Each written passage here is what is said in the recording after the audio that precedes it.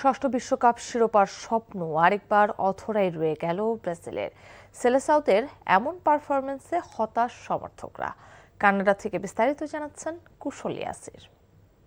সত্যিকারের লিওনেল মেসির সঙ্গে মিশরের লিওনেল মেসি মোহাম্মদ সালার লড়াই, এই লড়াইয়ে মিশর নাকি আর্জেন্টিনা শেষ পর্যন্ত কে জয় পাবে তার জন্যই আসলে অপেক্ষা। এই বিশ্বকাপে আসলে জায়ান্ট কিলারদের বিশ্বকাপ বলা যায়। নরওয়ে যেভাবে ব্রাজিলকে হারিয়ে দিয়েছে, মিশরের দিকেও আসলে সবার চোখ থাকবে যে তারা কি বর্তমান বিশ্ব চ্যাম্পিয়নদেরকে হারিয়ে নেক্সট রাউন্ডে যেতে পারবে কি না। আসলে মিশরের যাত্রাটা যদি বলি, এবারের বিশ্বকাপে তারা কিন্তু ধীরে ধীরে সামনের দিকে এগিয়েছে এবং নকআউট পর্বে যে প্রথম ম্যাচটি ছিল শেষ 32-এ, সেটি কিন্তু তারা শুট আউটের মাধ্যমে জয় পেয়েছে এবং এবারে তাদের সামনে লিওনেল মেসির আর্জেন্টিনা অর্থাৎ একটি বড় প্রতিপক্ষর সঙ্গে খেলবে এবং সব বিবেচনায় তারা আর্জেন্টিনাকে কিভাবে হারাতে পারে সেটির জন্য তাদের যে কৌশল সেদিকে আসলে তাকিয়ে থাকতে হবে।